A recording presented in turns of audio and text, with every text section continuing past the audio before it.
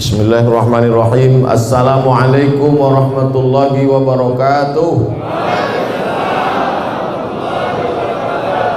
Alhamdulillah wassalatu wassalamu ala Rasulillah Sayyidina wa maulana Muhammad ibni Abdillah wa ala alihi wa sahbihi wa man da'a bi da'watihi wastanna bi sunnatihi ila yaumi liqa'i rabbih wa ba'du. Subhanaka la ilma lana illa ma 'allamtana innaka antal alimul hakim. Rabbi syrah li sadri wa yassir li amri wa hlul 'uqdatam min lisani yafqahu qawli.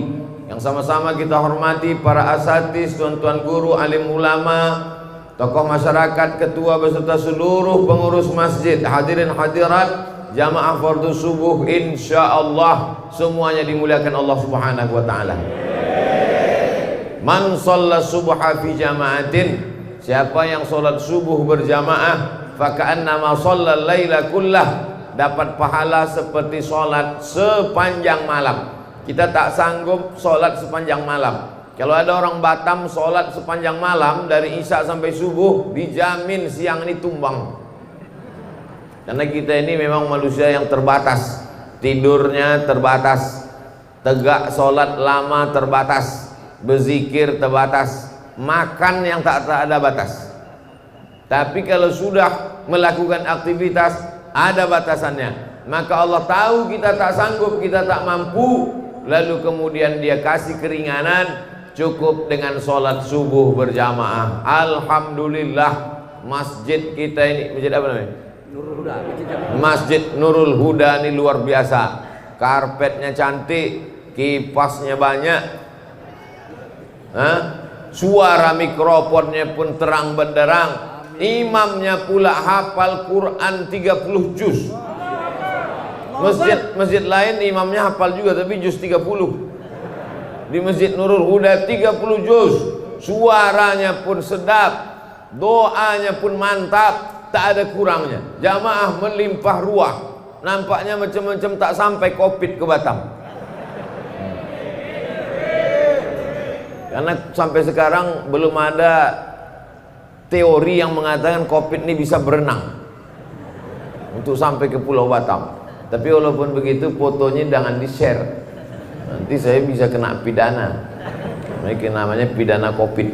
Kalau mau diambil foto saya sendiri aja lah. Jamaah ini jangan nampakkan. Jarang-jarang saya pakai jas Jenderal Sudirman ini. Mantap ya. Ada pula namanya dalam, Abdul Somad. Dikasih orang Batam. Malam tadi dikasih sama orang Batam. Tahu Bapak Ibu cuma rasanya pakai jasnya? Panas. Saya kan biasa ceramah pakai baju koko aja. Nah, ini perlu dijelaskan. Jangan sampai nanti jamaah berbisik-bisik, kenapa Ustaz tuh penampilannya agak lain sekarang. Menyenangkan hati orang itu adalah perbuatan yang paling ringan tapi pahalanya besar. Idkhalus surur fi qulubul mu'minin, menyenangkan membahagiakan hati orang. Dikasihnya kita baju, kita pakai bajunya. Kalau Bapak Ibu dikasih orang kain, pakai kainnya. Kalau dikasihnya cincin, pakai cincinnya. Sehingga ketika dipakai, nampaklah kita menghormati, menghargai dia. Aku tengok baju yang ku kasih ke Ustaz itu sekali pun tak apa-apa kayaknya. Yang udah dijual nih pula baju itu. Al-hadiah la tuhda. Hadiah tak boleh dihadiahkan lagi pada orang lain. Bayangkan ada hadiah kita kasih ke orang, dipakainya tak pernah, tiba-tiba dikasihkannya pula ke orang lain, nampak mata kita. Bayangkan sakitnya itu. Nah, Bapak Ibu yang dimuliakan Allah Subhanahu wa taala, membahagiakan orang lain bagaimana kalau menyenangkan Allah Subhanahu wa taala. Kalau sudah hati kita senang, apapun akan kita kasih. Betul? Iya, maaf, Batam ini senang betul hatinya dengan kedatangan Ustaz Abdul Somad yang ke-8 tahun. Saya sampai ke Batam ini 2013, sekarang sudah 2021. Ini yang ke-8 tahun saya ke Batam. Walaupun sudah 8 tahun bolak-balik saya datang ke Batam, ada juga orang Batam yang baru pertama kali datang ke pengajian saya. Alhamdulillah, senangnya bisa melihat Ustadz pertama kali. Lalu selama ini kemana aja kau? Saya selama ini cuma dengar online aja Pak Ustadz. Ini kan zamannya online sekarang. Anak-anak sekolah online. Efek dari online ini apa? Banyaklah anak-anak yang tak mandi pagi, tak gosok gigi. Di atas berjilbab, bawah pakai celana pendek. Karena online semuanya. Maka jangan sampai sholat berjamaah kita pun online. Mesti on time. Mesti tepat waktu. Mesti datang ke masjid. Walau berjarak, pasang jarak, social distancing. Tapi yang namanya memakmurkan masjid tetap tidak ditunda. Kalaulah cerita tunda-tunda, Covid ini mulai marak Januari 2020, sekarang sudah 2021, dia tak pergi-pergi. Jangan-jangan datang pula Covid, kawannya Covid-20, Covid-21. Maka ibadah inilah yang akan kita bawa menghadap Allah Subhanahu wa ta'ala, terutama sholat subuh berjamaah. Tapi cerita tentang sholat subuh berjamaah di Masjid Nurul Huda ini mubazir. Marilah kita sholat subuh berjamaah, tak ada gunanya. Karena jamaah udah melimpah ruah, macam-macam tak muat masjid ini saya tengok. Ini perlu masjid ini dibesarkan lagi, setuju? Siapa ngisinya? Ada masjid perumahan di salah satu kota tempat saya ceramah. Ada masjid di situ, kecil aja masjidnya. Lalu saya tanya, kenapa masjid ini kecil? Sesuai kebutuhan Pak Ustadz. Besar-besar untuk apa? Tak ada jamaahnya katanya. Jadi kalau kita bangun masjid besar, sesungguhnya bukan untuk sekarang. Manusia ini makin lama makin banyak apa makin sedikit? Makin banyak. Dulu Batam ini 2-3 orang aja isinya. Sekarang melimpah ruah. Maka kita bangun masjid ini besar-besar, sampai 2 lantai ke atas, sampai melimpah keluar. Ini adalah untuk anak cucu kita sampai hari kiamat nanti insyaallah. Sumbangkan tanahnya, wakafkan semennya, berikan tiangnya kokoh, kasih kubahnya yang kuat. Maka insyaallah mati kita, mereka tetap melaksanakan sholat berjamaah subuh, Idul Fitri, Idul Adha, tahajud malam, qiyamul lail, sholat tarawih, dan puncaknya adalah sholat jenazah. Puncak sholat itu sholat jenazah itulah, sampai 4 kali takbirnya. Didoakannya kita, Allahumma fir lahu warhamhu wa'afihi wa'fu anhu waj'alil jannata maswahu, Allahumma ja'al qabrahu raudhatan min riyadil jinan. Jadikanlah kubur Abdul Somad salah satu dari taman-taman surga.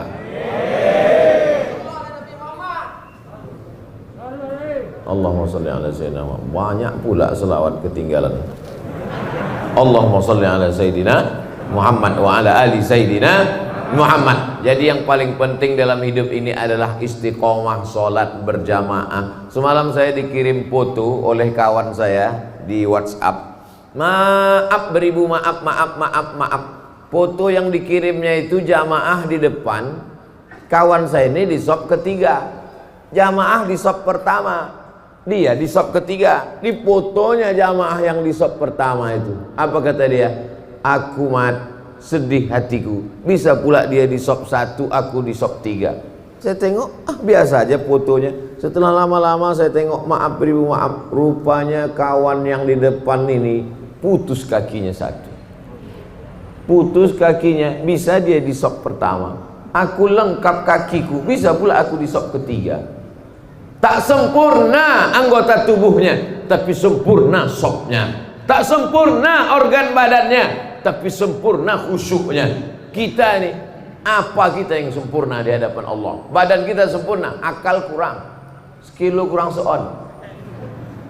Sempurna badan kita, tak sempurna khusyuk kita. Asal sholat terlambat, asal sholat terlambat. Yang parahnya Idul Fitri pun masbuk juga. Ilaha illallah Muhammad Rasulullah. Tapi jamaah Masjid Nurul Huda alhamdulillah tak ada yang terlambat. Itu yang berdiri di belakang itu tidak pernah terlambat dia. Cuman dia mau mengasih tempat kepada orang di dalam. Begitulah hebatnya dia menyenangkan hati orang. Kalian kalau mau masuk surga masuklah, katanya, masuklah. Aku singgah ke neraka sebentar. Waqina benar, selamatkan kami dari neraka ya Allah, amin. Orang yang sholat berjamaah, maka dia amalnya setahun dibalas 27 tahun. Betul apa betul? Ada orang sholat berjamaah setahun, amalnya bertambah 27 tahun. Dari mana Ustadz rumusnya 27 tahun? Sholatul jamaati, sholat berjamaah, tafdulu sholatal fadzi, lebih utama daripada sholat sendirian. Bisa ba'in was ishrina darajah, 27 derajat. Subuh 27, zuhur 27, asar 27, maghrib 27, isya 27. Selama setahun, maka bertambah umurnya berarti 27 tahun. Jadi kalau istiqomah dia tahun 2021 ini sholat berjamaah, bertambah umurnya 27 tahun. Bagaimana dengan orang Batam yang sudah istiqomah selama 10 tahun? Berarti umurnya bertambah 270 tahun. Terjawablah kenapa umat Nabi Muhammad SAW lebih dulu masuk surga daripada umat Nabi Musa, lebih dulu masuk surga daripada umat Nabi Isa. Mereka umurnya panjang, tapi lebih panjang lagi umur kita. Nabi Musa itu meninggal 120 tahun. Kita kalau istiqomah 10 tahun ini 270 tahun. Mana yang lebih panjang, umur umat Nabi Muhammad atau umat Nabi Musa? Umat Nabi Muhammad. Tapi syaratnya harus istiqomah. Kalau istiqomah setahun ini Pak Ustadz 270 tahun. 10 tahun 270 tahun. Lah agak-agak terlambat beberapa kali Pak Ustadz. Insya Allah kita carikan surat dispensasi maaf. Istighfar itulah maaf. Ya, tak ada lain kecuali istighfar. Man lazimal istighfar. Siapa yang memperbanyak istighfar? Astaghfirullahaladzim, astaghfirullahaladzim, astaghfirullahaladzim, astaghfirullahaladzim alladzi la ilaha illa huwal hayyul qayyum wa atubu ilaih. Siapa yang memperbanyak istighfar, ja'alallahu lahu min kulli dhiqin makhraja. Kesempitan hidupnya dikasih Allah kelapangan. Hidup ini ada orang hidupnya yang tak pernah sempit hidupnya. Sempit semua hidup orang. Dulu orang berpikir nanti kalau udah selesai kuliah ini tak sempit, makin sempit, tak dapat kerja. Nanti kalau udah dapat kerja ini makin sempit, belum menikah. Nanti kalau udah nikah ini mungkin lapang, makin sempit, tak dapat tunjangan. Nanti kalau sudah punya anak ini mungkin makin lapang, makin sempit.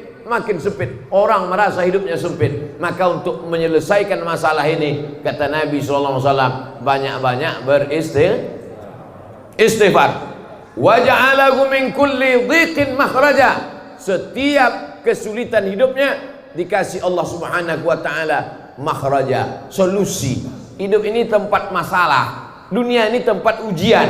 Jadi kalau ada orang heran, aku heran lah Pak Ustadz, kenapa lah hidup ini banyak kali ujiannya? Kau salah masuk tempat. Dunia ini tempat ujian. Jadi kalau ada orang mengeluh, kenapa hidup ini banyak kali ujiannya Pak Ustadz? Karena di sini tempat ujian. Kalau gitu aku masuk liang lahat aja lah Pak Ustadz. Memang tempat ujian lagi. Liang lahat itu tempat pertanyaan, marabbuka, man imamuka, ma kita buka. Dunia adalah tempat ujian, alam barzakh adalah tempat pertanyaan, akhirat adalah tempat titian siratal mustaqim. Maka puncak yang kita inginkan, tempat ketenangan adalah surga jannatul firdaus insyaallah. Amin. Idza sa'altumullaha fas'alul firdaus. Kalau kalian minta surga, mintalah surga jannatul firdaus. Surga yang paling tinggi jannatul firdaus. Insyaallah yang di atas ini semua dapat surga jannatul firdaus. Mereka di atas ini tak apalah agaknya prestasinya. Bisa pula dia lebih tinggi dari kepala kita, bayangkan. Bapak Ibu yang dimuliakan Allah Subhanahu wa taala, tidak ada larangan masjid lantai 1, lantai 2, lantai 3. Seandainya masjid itu tidak boleh lantai 1, lantai 2, lantai 3, tak akan ada Masjidil Haram sampai 4 lantai ke atas, tak akan ada Masjid Istiqlal tinggi menjulang ke atas.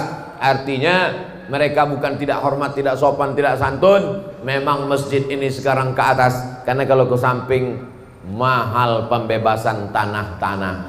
Tapi masjid ini memang ke atas. Ke depan perlu lantai atas, lantai paling tinggi di atas tempat convention hall, lantai keduanya tempat orang pelatihan pertemuan di atas, pelatihan supaya apa? Setiap tempat itu efektif. Jangan pernah berpikir cukup masjid sampai sekian, tidak. ke depan masjid mesti lebih ramai. Kenapa? Karena orang berkumpul di masjid. Manusia di kota paling besar, kota paling hebat kota, tapi jiwa orang kering kerontang. Maka untuk membangun jiwa manusia itu, untuk menyuburkan imannya, untuk memperkuat keyakinannya, maka solusinya adalah masjid.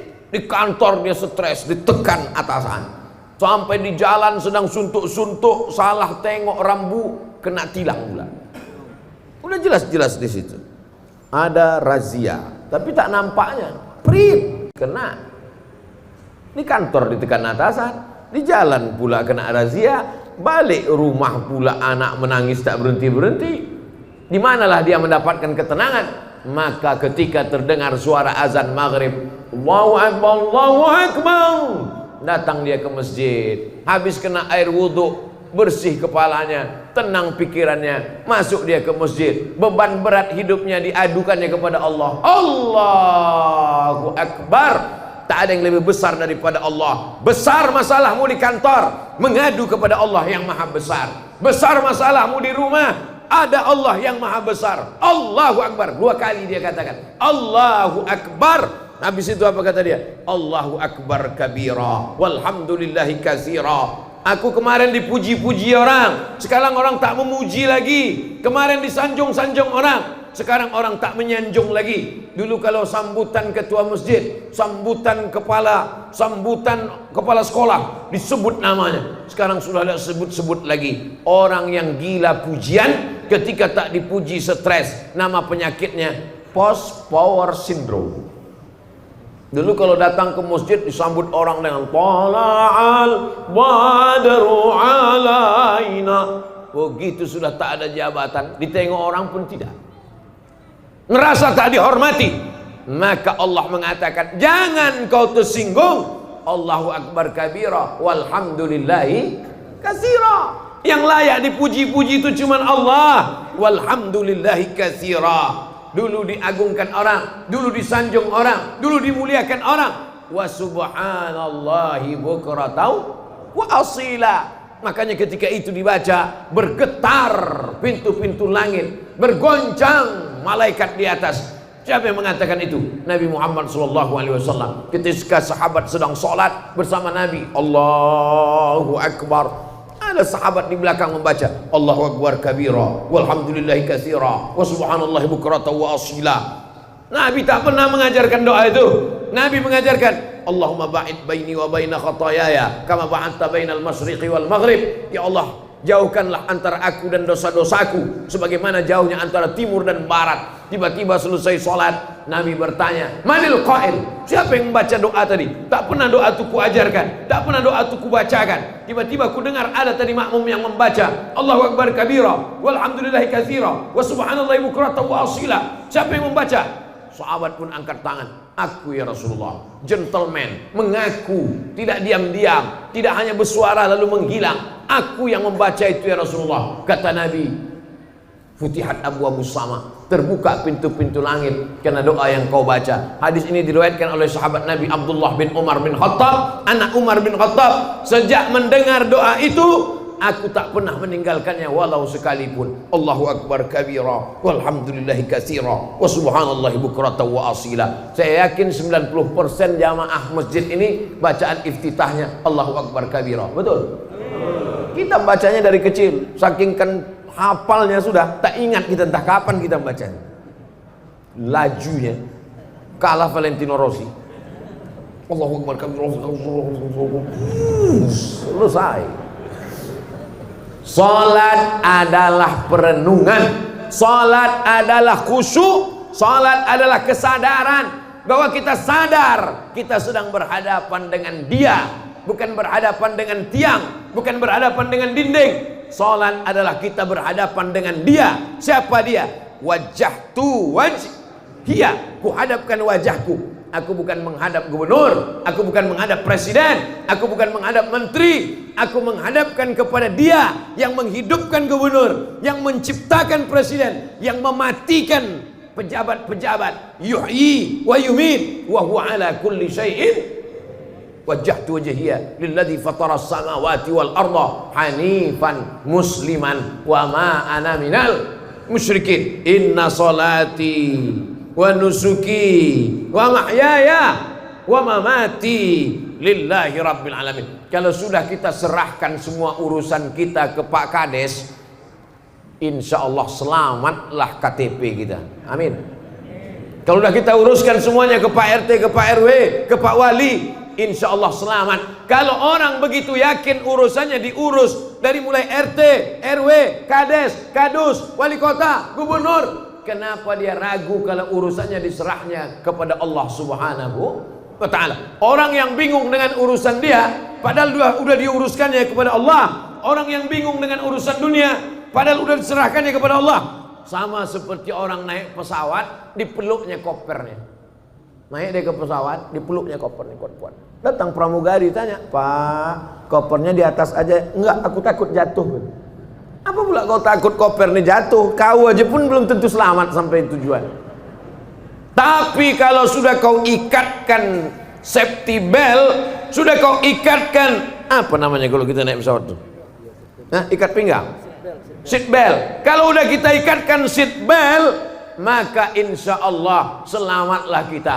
Tercabut atap pesawat itu, tapi orang yang duduk di kursi pesawat tak lepas. Kenapa? Karena seat belt. Seat duduk, belt ikat pinggang. Seat belt duduk dengan pinggang terikat. Tercabut atap pesawat, maka semua penumpang yang ada di situ selamat. Yang hilang siapa? Pramugari. Kenapa? Karena pramugari tak pakai seat belt. Begitulah pengorbanan dia. Makanya ke saya kalau dicapa pramugari itu saya jawab, Pak Ustadz, iya kata saya. Kenapa? Karena dia udah berkorban untuk kita. Bapak ibu yang dimuliakan Allah, ada ibu-ibu di sini.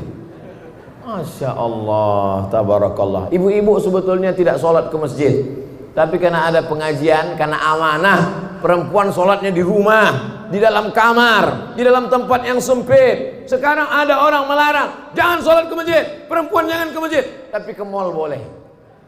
Padahal di masjid dia tertutup, padahal di masjid dia dekat dengan Allah. Maka maksud hadis perempuan sholat di tempat yang sempit, di kamar yang tertutup, di dalam rumah, maksudnya kalau terjadi fitnah. Di Palestina tak boleh sholat perempuan di masjid, nanti ditangkap oleh tentara Israel, diperkosa. Ketika terjadi konflik yang ada di Bosnia, ketika di Rohingya, ketika di Suriah, di Irak terjadi konflik antar kelompok masyarakat, ditangkap oleh ISIS, na'udzubillah, maka perempuan. Tapi di Batam, ibu-ibu di masjid nih, kalau pulang ada tentara Israel di luar, tak ada, aman, damai, tenang, dengan tetap menjaga protokol kesehatan, cuci tangan, jaga jarak, pakai masker. Ustadz ceramah pakai masker, ustadz aja tak pakai masker. Nih pakai masker, walaupun di dagu. Tak ada nanti orang mengejek-ejek, apa itu Abdul Somad ceramah tak pakai masker. Nih tak nampak kau pakai masker. Jamaah ini insya Allah tak ada mengejek-ejek saya. Tapi kalau di-upload ini nanti haters banyak. Bahasa Inggrisnya haters, bahasa Arabnya syaitan. Yang jempolnya begini tuh. Apapun isi ceramah ini loh. Orang yang memang dibayar untuk ngasih ini. Tapi ibu yang dimuliakan Allah Subhanahu wa Ta'ala. Tapi kita tak peduli pada itu semua, karena amal kita adalah lillah. Lelahku lillah. Tak ada lelahnya kalau karena Allah. Tapi kalau karena manusia, capek kita beribadah nih kalau karena manusia. Ustadz kita imam, hafal Quran, dibacanya ayat sampai 1 halaman, mantap sudah. Apa kata manusia? Panjang kali ayatnya. Dibaca pula pendek, Yasin, Allahu Akbar. Apa kata makmum? Kok bisa dia jadi imam ya? Hidup nih kalau kita ikut cakap manusia capek kita. Betul? Yakin kata Allah, benar kata Rasulullah, benar kata ulama, jalankan. Kalau saya ikut komen orang, oh capek. Ustaz kalau ceramah jangan kuat-kuat lah, bergetar hatiku ketika melihat wajahmu. Dah habis itu Ustaz pun slow-slow. Jamaah sekalian, Marilah kita mendekatkan kepada Allah. Ustaz kok slow kali macam bencong katanya. Yakini bahwa itu benar, tidak melanggar aturan pemerintah, mengikuti sunnah Rasulullah. Sir ala barakatillah. Begitu kata guru-guru kami dulu. Sir ala barakatillah. Sir artinya berjalanlah ala barakatillah. Insya Allah hidupmu akan diberkahi oleh Allah Subhanahu wa ta'ala. Khairul umur, sebaik-baik manusia, sehebat-hebat manusia, kata doa Nabi, Allahumma barik li ummati fi bukuriha, berikan berkah pada umatku ini di waktu pagi. Bukur pagi, bukratan pagi, bukratan wa asila pagi dan petang. Wa subhanallahi bukratan wa asila pagi dan petang. Bukrah artinya pagi, bukrah besok pagi, bukur pagi, bukur pada waktu pagi. Berkahi umatku ini pada waktu paginya. Siapa nama anak kau? Bukratan wa asila. Kenapa begitu? Yang satu lahir pagi, satu lahir petang. Ya Allah, berkahi umatku ini pada waktu paginya. Artinya apa? Siapa yang bangunnya paling pagi, itulah hidupnya paling berkah. Sekarang di dunia internasional, di Asia Tenggara ini, Asia Tenggara, Thailand, Singapura, Malaysia, Brunei Darussalam, Indonesia, Filipina, setelah diteliti, ternyata yang paling cepat bangun paginya, itulah yang di seberang Batam, Singapura. Mau Islam, mau tak Islam, asalkan dijalankannya sunnah Nabi Muhammad SAW, siapa yang paling awal bangun paginya, maka dialah yang paling maju. Singapura itu maju karena mengikuti sunnah Rasulullah SAW, paling awal bangun pagi. Belum lagi azan subuh, udah bangun orang Singapura. Orang kita disatukannya duha sama subuh. Saya jadi dewan juri musabaqah tilawatil Quran, tinggal di hotel di samping pantai. Sholatlah kami ke Masjid Agung. Nama daerah tak usah sebutkan, menjaga kode etik jurnalistik. Sholat subuh dari hotel ke masjid, kiri kanan kedai kopi buka. Hebat, cepat betul kedai kopi ini buka. Belum azan masjid kedai kopi dah buka. Harus tengok isi kedai kopi. Ayah, cincai-cincai lah. Yang minum kopi orang kita, yang pernah kedai kopi, ketika dia kaya duitnya banyak marah. Ngapa ini? Padahal dia lebih awal bangun. Prinsipnya jangan sampai rezeki dipatok ayam. Orang kita udah dipatok ayam, terkam kucing, diambil tikus, habis. Apa pun tak dapat lagi. Padahal yang punya hadis siapa? Nabi Muhammad SAW. Manusia ini ciptaan Allah. Dunia ini punya Allah. Kalau mau maju ikuti aturan. Apa pula aturan setan? Dunia punya Allah, manusia ciptaan Allah. Mau hidup diikuti aturan setan, maka kita ini adalah hamba Allah. Apa kitabnya? Al-Quran. Siapa contoh teladannya? Muhammad SAW. Siapa teknisinya? Kalau kita punya TV, kalau kita punya mesin, kalau kita punya barang, kita beli ke pabrik, ada juklaknya, ada katalognya. Apa katalog hidup ini? Quran. Siapa model contohnya? Nabi Muhammad. Nabi tak ada lagi sekarang. Lalu siapa kita ikut? Al ulama warasatul anbiya. Ikuti para ulama. Ulama yang macam mana? Ulama yang takut kepada Allah Subhanahu wa taala.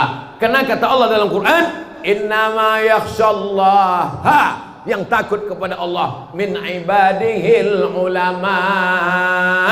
Ulama lah yang takut kepada Allah Subhanahu wa ta'ala. Walaupun dia ahli fisika, walaupun dia ahli biologi, walaupun dia ahli matematika, kalau dalam hatinya takut kepada Allah, maka sesungguhnya dia ulama. Ulama artinya berilmu. Anak-anak kita mesti berilmu, tapi dengan ilmunya itu dia takut kepada Allah. Bukan dengan ilmunya itu dia buat pesawat canggih, tapi justru melupakan Allah. Dengan ilmunya itu dia buat TV mantap, tapi isinya melalaikan kepada Allah.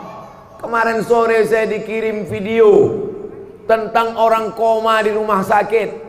Menangislah suami sama anaknya, macam mana lah menyadarkan istriku ini biar supaya dia bangun dari komanya. Datang anaknya, papa, gimana caranya mama biar sadar ya? Gimana? Kita buatkan video TikTok. Karena dulu dia suka TikTok. Ini kalau kita buatkan video dia sadar. Itulah yang sekarang jadi tontonan orang. Bayangkan, mau menyadarkan dari koma pun mau dibuatkan TikTok. Nah, habis kiamat dari dunia ini. Lama saya menengok ini. Mau saya hempaskan handphone tuh. Ingat saya banyak WA di dalam, tak jadi. Bagaimana cara menyelamatkannya ini?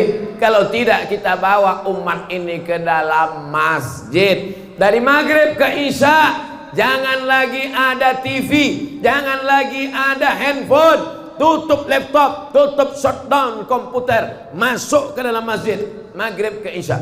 Kita tiru pengajian, jadwal pengajian di Malaysia. Saya kalau ke Malaysia dulu sebelum Covid, setahun 2 kali. Itu pengajiannya di Malaysia tuh ngaji tak lama-lama, pendek aja. Dari maghrib ke isya 45 menit. Habis itu sholat isya. Selesai sholat isya, yang mau pulang silakan pulang, yang mau bertahan di masjid soal jawab. Ditulis di depan mereka pakai mejanya tinggi, lalu ada tulisan bawah. Anda bertanya, Ustadz menjawab. Number, WhatsApp number. Nah, tulis semua. Jadi langsung dia tanya. Tak banyak-banyak, pengajian pendek aja mengaji. Yang lama makannya banyak. Setiap masjid ada dapurnya, dapur umum. Jadi masjid tidak membeli nasi. Jadi masjid tidak membeli nasi dari orang yang memasak nasi tak ke masjid. Masjid dimasak oleh orang masjid. Nasi dimasak oleh orang masjid. Ketika memasak dia berwudu, ketika memasak dia bersolawat, ketika memasak kencingnya berbasuh. Sehingga orang yang memakan itu ada rahmat dan barokahnya. Masjid ini ada dapurnya. Buatkan dapurnya. Sehingga kita, oh kalau begitu apalah guna nanti catering Pak Ustadz? Bagus. Kalau membeli catering kepada jamaah. Sehingga duitnya itu berputar di antara jamaah. Kalau duit dia banyak, dia akan bersedekah. Kalau duit dia banyak, dia akan belikan karpet masjid. Belikanlah uang kita kepada jamaah yang kira-kira kalau duit jamaah itu banyak akan balik juga ke masjid. Setuju? Itulah yang membuat orang marah kepada Abdul Somad ini. Abdul Somad cerita tentang duit, Abdul Somad cerita tentang politik, karena memang di mana-mana ceramah saya itu isinya 3. Perbaiki pendidikan, pengajian di masjid berkualitas. Perbaiki ekonomi, belanja kepada jamaah supaya duitnya berputar antara jamaah. Tahu ada jamaah yang punya penyewaan mobil, sewa mobil dia. Tahu antara jamaah ada yang punya laundry, pakai laundry dia. Tahu di antara jamaah ada yang jual buah, beli buah dia. Tahu jamaah ada yang jual tanah, kabarnya kau jual tanah. Iya. Tanah siapa yang kau jual? Entah, aku pun tak tahu entah tanah siapa. Bapak Ibu yang dimuliakan Allah Subhanahu wa taala. Masjid menjadi sentral tempat berkumpul. Ada orang yang sangat kaya, bingung mau kemana lah aku campakkan duitku ini Pak Ustaz. Bingung aku Pak Ustaz. Ada pula satu lagi jamaah yang sangat susah, tak tahu dia kemana mau mengadukan kesusahannya. Yang menawarkan duit pinjaman cuman rentenir, lintah darat. Semua yang di laut-laut ini kalau sudah naik ke darat jahat semuanya. Contohnya lintah darat dan buaya darat. Maka datanglah jamaah masjid. Masjid mempertemukan antara pejabat dengan rakyat. Masjid mempertemukan antara orang kaya dengan orang yang susah. Bertemunya di mana? Di dalam masjid. Itu siapa tuh? Kawan ayah. Ayah jumpanya di mana dulu? Di Masjid Nurul Huda, Perumnas Geria Sagulung Permai Blok E nomor 1A Sagulung Batam. Udah aku sebutkan alamatnya lengkap, tak juga datang, entahlah. Di mana jumpanya? Di masjid. Di mana disolatkan jenazahnya? Di masjid. Di mana dia mengadukan kesusahannya? Di masjid. Diangkatnya tangannya, Allahu Akbar. Ditempelkannya keningnya ke lantai, lalu diucapkannya Subhana Rabbiyal A'la wa bihamdi. Kalau duitnya banyak, di mana diletakkannya duitnya yang banyak itu? Di masjid. Sampai ke masjid tengok, apalagi yang kurang. Ini nampaknya udah tercabut-cabut kubah ini. Berapa? Tanya. Ini nampaknya berapa? Ini nampaknya kipas angin tak hidup. Kenapa? Begitu. Jangan ketika duit banyak ke mall, pas duit tak ada ke masjid. Orang yang model begini, jenazahnya jangan disolatkan, bawa ke jembatan Barelang. Bapak Ibu yang dimuliakan Allah Subhanahu wa taala, insyaallah tak ada. Itu maka saya katakan begitu. Insyaallah semua jamaah masjid ini baik-baik semuanya insyaallah. Amin. Jam berapa waktu sholat maghrib di Hah? Saya kadang tak percaya sama orang, lebih percaya sama Google. Waktu sholat Batam, waktu sholat Batam maghrib jam 6.14. Sekarang jam 6, matahari terbit. Pas matahari terbit tak boleh sholat karena waktu tanduk setan. Waktu terbit matahari itu bulat, datang setan bertanduk. Kata setan. Matahari itu bulat gini. Waktu matahari bulat, datang setan menghampiri matahari dengan tanduknya. Kata. Jadi kalau ada nanti jumpa, mana tahu calon menantu bapak, apa kabar pak? Katanya, sehat setan. Ini matahari bulat, habis itu keluar tanduknya. Berapa lama? Setinggi tombak. Setelah diukur menurut ilmu astronomi, setinggi tombak itu 12 menit. Jadi jam 6 lewat 14, genapkanlah 15, sebetulnya 12, tapi karena kita udah lama berkawan, 15 saja lah.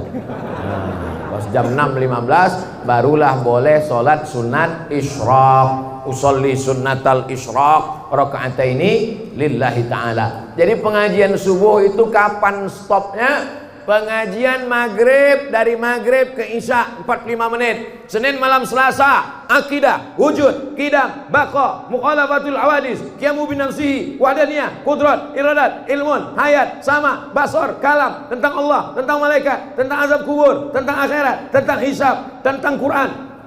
Malam Selasa tafsir surat Yasin. Kenapa tafsir surat Yasin? Karena mau pindah rumah baca Yasin, mau nikah baca Yasin, tahlilan baca Yasin, mengusir hantu jembalang tanah Yasin. Tapi arti Yasin pun tak tahu. Yasin, apa arti Yasin? Lakiku. Nama laki dia Muhammad Yasin. Tafsir surat Yasin, tafsir surat-surat pendek, tafsir Wadduha, tafsir Alam Nasrah, tafsir Qul Huwallah. Supaya apa? Supaya waktu sholat paham apa yang dibaca. Tak usah kaji-kaji tafsir tak tentu arah. Ini tafsir, kau ngaji tafsir apa tadi? Tafsir mimpi. Mimpi aja sekarang orang banyak takut. Mimpi aja dilaporkan ke polisi sekarang. 3. Hadis-hadis pendek, hadis arba'in. Itulah yang kita kaji. Streaming itu namanya pengajian matan arba'in, Imam Nawawi namanya. Akidah udah, tafsir udah, hadis udah, apalagi fikih, belajar tentang halal, haram, makruh, mubah, syarat, rukun, wajib, sunat, sunat muakkad. Nanti sekali-sekali 6 bulan sekali baru datang Abdul Somad tablik akbar, pengajian umum, tapi mesti ada pengajian khusus. Jangan anggap pengajian umum ini dianggap ilmu. Belum, ini bukan ilmu, ini hanya membangkitkan semangat. Pengajian khusus mesti ada. Undang imam tadi ke rumah. Pak Imam, ada yang mau kubicarakan 4 mata ini Pak Imam. Kata Pak Imam, jangan kan 4, 3 pun bisa. Apa mau kau kata? Apa bilang sekarang. Aku malu Pak Imam. Apa malu Bapak? Anakku yang SD itu sudah hafal 1 juz. 1 juz itu, iya. Terus apa masalahnya? Setiap dia pulang sekolah, dia mau ngulangkan hafalannya. Terus aku belum bisa iqra. Jadi selama ini cuma apa? Selama ini aku pura-pura ngangguk aja lah. Jadi aku mau belajar baca Quran sama Pak Imam. Tapi syaratnya kita berdua aja Pak Ustadz. Istriku sama anakku jangan tahu. Oke, belajar tahsin sama Pak Imam. Dari mulai iqra 1, iqra 2. Nanti kalau anaknya nanya, Papa udah berapa? Papa udah 4. 4 juz Pak, jangan kau tanya-tanya. Maksud dia iqra 4. Belajar baca Quran. Tidak ada batasan ilmu dalam Islam. Tidak ada itu S1 22, S2 25, S3 27. Itu aturan barat. Dalam Islam menuntut ilmu minal mahdi ilal lahdi. Sampai liang lahat, sampai orang mau mati di liang lahat pun ditalqinkan la ilaha illallah. Bahkan sudah mati pun talqin itu ada 2. Ada talqin ketika sakratul maut mau mati, ada talqin ketika sudah dikuburkan. Di Batam orang mati sudah dikubur masih ada baca talqin. Banyak yang tak menengok jenazah nampaknya ini. Nampaknya jenazah di Batam main hanyutkan aja. Masih dikubur kan?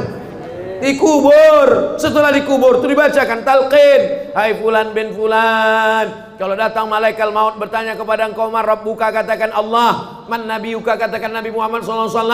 Ma imamuka, katakan Al-Quran. Ma kitabuka, katakan Al-Quran. Siapa saudaramu, katakan saudaraku orang-orang beriman. Kenapa lagi disampaikan itu padahal dia sudah mati, meninggal dunia? Begitulah maknanya dua talqin itu. Pertama mendoakan dia, yang kedua ini jamaah hatinya sedang lembut karena tetangganya baru meninggal. Ini jamaah hatinya sedang lunak karena ayahnya baru mati, karena emaknya baru wafat. Mumpung hatinya sedang lembut, diceramahilah sama ustaz. Jangan mengubur orang macam mengubur kucing. Gali tanah kubur dah. Tak didoakan sudah putus. Tak didoakan Pak, sudah putus. Kalaulah putus amal orang hidup kepada orang mati, ngapain ada sholat jenazah? Betul? Nanti kalau ada orang mengatakan jangan doakan, udah putus. Nanti kalau dia mati, tak usah sholatkan. Ditanya sama anaknya, enggak kita sholatkan, udah putus. Sedikit putus, sedikit putus. Itulah tausiah kita pada subuh ini. Sebelum jam 6.15 kita jawab pertanyaan-pertanyaan berikut. Assalamualaikum Ustaz Abdul Somad. Waalaikumsalam. Di akhir zaman umat Islam akan terpecah menjadi 73 golongan. Yang akan masuk surga hanya satu golongan. Golongan mana tuh Pak Ustaz? Golongan saya lah. Apakah kita berada di sini termasuk golongan itu Pak Ustaz? Udahlah kau bangun subuh, mandi kedinginan, jalan kaki ke Masjid Nurul Huda, pengajian, sholat subuh berjamaah, ragu pula masuk surga. Ada orang yang tak mandi wajib, tidak bersedekah, tidak sholat, yakin masuk surga. Kau udahlah mandi, bersunat, sholat, puasa, ragu pula masuk surga. Jadi sebetulnya apa yang membuat umat Islam ini ragu masuk surga? Man qala la ilaha illallah Muhammadur Rasulullah dakhalal jannah. Siapa yang mengatakan la ilaha illallah Muhammadur Rasulullah pasti masuk surga. Yakin apa tak yakin? Percaya apa tak percaya? Sataftariqu ummati ala iftaraqatil yahud ala ihda wa sab'ina firqah. Yahudi terpecah 71 golongan. Iftaraqatin nasara ala thintai wa sab'ina firqah. Nasrani terpecah 72 golongan. Iftaraqat ummati ala thalathatin wa sab'ina firqah. Umatku terpecah 73 golongan. Yahudi 71, Nasrani 72, orang Islam 73. 71, 72, 73 ini bukan angka nominal, tapi angka jumlah menunjukkan bahwa perpecahan umat Islam lebih banyak daripada Yahudi dan Nasrani. Bukan angka nominal. Setelah dihitung-hitung ternyata Yahudi lebih dari 71, ternyata Nasrani lebih dari 72, ternyata umat Islam lebih dari 73. Adin, bang, abang sayang tak sama adik? Sayanglah Adinda. Siap abang nunggu adik semester 7, 1000 tahun kan ku nanti. 1000 tahun itu angka nominal atau makna kiasan? Kiasan. Mana pula ada orang Batam umur 1000 tahun, 40 aja bengek. Arti 1000 tahun itu artinya makna kiasan. Begitu juga dengan 71 Yahudi, 72 Nasrani, 73 Islam. Bukan angka nominal. Jangan nanti dihitungnya umat Islam 73, NU, Muhammadiyah, Perti, Persis, Nahdlatul Watan, Al-Wasliyah, FPI, GP Ansor, dihitungnya semua. Habis itu baru ditengok, mana yang masuk surga itu ya? Tengoknya, oh ini yang masuk surga. Kelompok apa nih? Sahabat UAS. Bukan begitu cara berpikirnya. Bahwa kita terpecah lebih banyak dari Yahudi, lebih banyak dari Nasrani, lebih banyak daripada Yahudi. Lalu kemudian mereka bertanya, lalu di antara yang banyak itu siapalah yang masuk surga itu ya Rasulullah? Apa kata Nabi? Ma ana alaihi wa ashabi. Orang yang mengikut aku dan seperti sahabat-sahabatku. Nabi sholat subuh, kita sholat subuh. Nabi memakmurkan masjid, kita makmurkan masjid. Nabi ahlus sunnah, Nabi berpegang kepada sunnah karena dia sumber sunnah, sunnah dari Allah. Kita mengamalkan sunnah. Nabi mengajarkan berjamaah, kita berjamaah. Maka kita adalah kelompok yang selamat karena ahlus sunnah wal jamaah. Jabariyah sesat, Syiah sesat, Khawarij sesat, Murji'ah sesat, Qadariyah sesat, Mu'tazilah sesat. Maka semua mesti kembali kepada akidah ahlus sunnah wal jamaah. Sunnah bangun waktu pagi, kita bangun. Sunnah jalan kaki ke masjid, kita datang. Sunnah sholat berjamaah. Sunnah berzikir habis sholat subuh sampai terbit matahari. Sunnah. Maka ikuti amalan-amalan sunnah, kau akan tahu mana yang sesat, mana yang tidak. Tadi malam pulang dari masjid pengajian, mau pulang ke penginapan, sampai di tengah jalan, apa kata tim yang ada di belakang? Oh, ini kita salah ini kita salah jalan, mestinya ke sana. Kenapa dia tahu ini salah jalan? Karena dia tahu jalan. Orang Pekanbaru yang ada di dalam itu tak tahu jalan, slow aja. Siapa itu? Abdul Somad. Tak tahu saya jalan di Batam nih. Walaupun udah 8 tahun saya ke Batam, tak tahu saya jalan di Batam. La yadurrukum man dhalla idza tadaitum. Kalau kau tahu jalan, maka tak ada yang bisa menyesatkanmu. Berilmu, pahami Quran, pahami sunnah, ikuti ulama. 7.000 orang pun mau menyesatkanmu, kau tak akan sesat insyaallah. Berpegang dalam la ilaha illallah Muhammadur Rasulullah. Itu pemahaman tentang hadis 71, 72, 73. Kita ahlu sunnah wal jamaah selamat sampai hari kiamat. Yakin itu. Jangan nanti waktu di masjid yakin, keluar dari masjid galau lagi. Datang saya 6 bulan lagi, itu lagi pertanyaan.